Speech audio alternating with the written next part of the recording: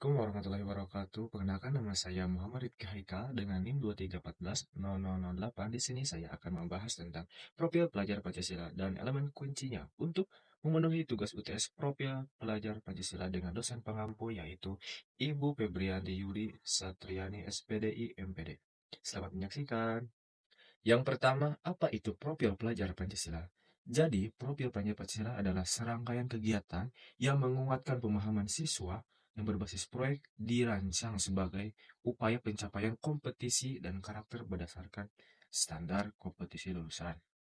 Tetapi ada juga menurut dalam Peraturan Menteri Pendidikan dan Kebudayaan Nomor 22 Tahun 2020 tentang rencana strategis Kemendikbud tahun 2020 sampai 2024 yang mengartikan pelajar Pancasila adalah perwujudan pelajar Indonesia sebagai belajar sepanjang hayat yang memiliki kompetisi global dan berperilaku sesuai dengan nilai-nilai Pancasila.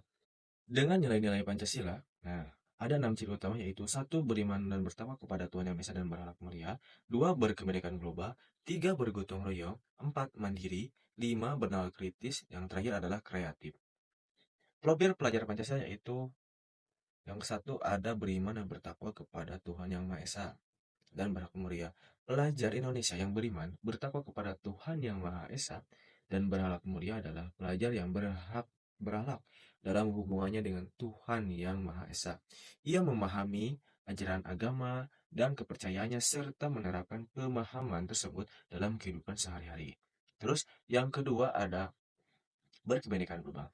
Sebagai bagian dari warga dunia atau warga Indonesia, siswa juga harus mengenal dan menghargai kebudayaan lain, mampu berkomunikasi secara intelektual dalam berinteraksi dengan sesama, serta merefleksikan dan bertanggung jawab terhadap pengalaman kebinekaan. Yang ketiga ada gotong royong. Gotong royong merupakan salah satu nilai luhur yang dipegang teguh oleh bangsa Indonesia ini. Nah, terus selanjutnya ada yang keempat ada mandiri. Mandiri juga merupakan salah satu nilai yang dimiliki sebagai profil pelajar Pancasila atau pelajar Pancasila dalam arti bertanggung jawab atas proses dan hasil belajar yang ditempuh. Sikap mandiri dapat diwujudkan dengan memiliki kesadaran akan diri dan situasi yang dihadapi serta memiliki regulasi diri.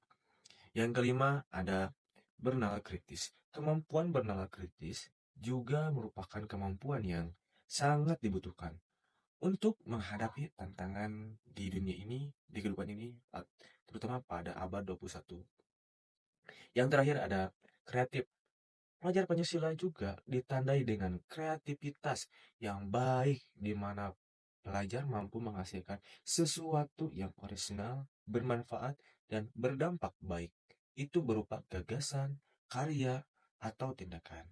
Contoh penerapannya satu beriman bertakwa kepada Tuhan Yang Maha Esa dan berakhlak mulia adalah sikap yang dilaksanakan dalam kehidupan sehari-hari yaitu dengan menjalankan perintah agama sesuai kepercayaan masing-masing. Berkata dan berbuat baik sesuai ajaran agama, bersikap ramah, sopan, dan menghargai sesama manusia dan mencintai, menjaga kelestarian lingkungan dan bertingkah sebagai tidak warga negara yang baik dan tidak melawan.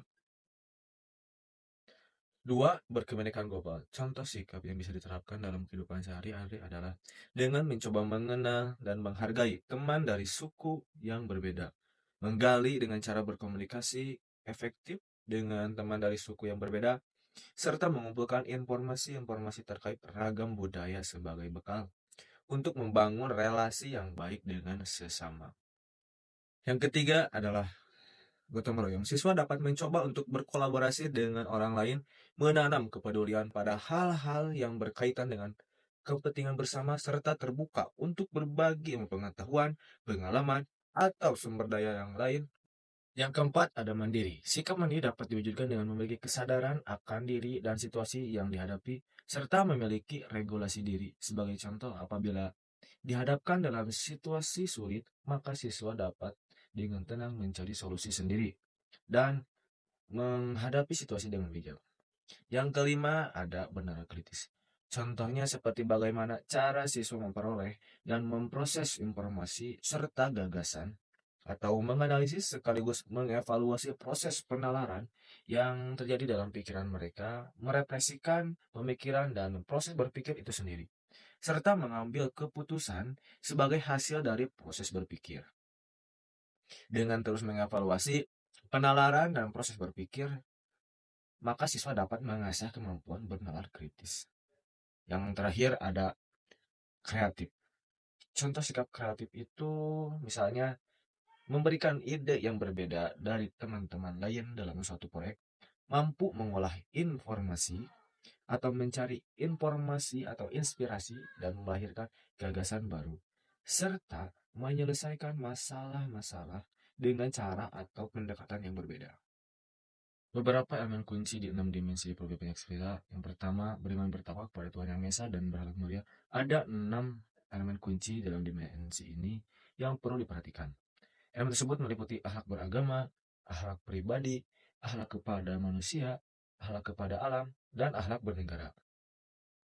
Yang kedua, kebinekaan global. Mengenal dan menghargai budaya, kemampuan komunikasi interkultural, serta refleksi dan tanggung jawab terhadap pengalaman kebinekaan. Yang ketiga ada gotong royong. Elemen-elemen penting dalam gotong royong meliputi kolaborasi, kepedulian, dan berbagi. Yang keempat, ada mandiri. Kesadaran akan diri serta situasi yang ada di saat itu, regulasi diri juga menjadi bagian penting membentuk kemandirian. Yang kelima, yaitu bernalar kritis. Elemen kuncinya itu adalah memperoleh dan memproses informasi serta gagasan. Selain itu, pelajar juga perlu menganalisis, mengevaluasi penalaran, serta merefleksi pemikiran dan proses berpikir dalam pengambilan keputusan. Yang terakhir adalah kreatif. Kemampuan menghasilkan gagasan karya dan tindakan yang orisinal. Selain itu, pelajar juga memiliki keluasan berpikir dalam menentukan atau menemukan alternatif solusi untuk berbagai masalah. Sekian dari saya, terima kasih.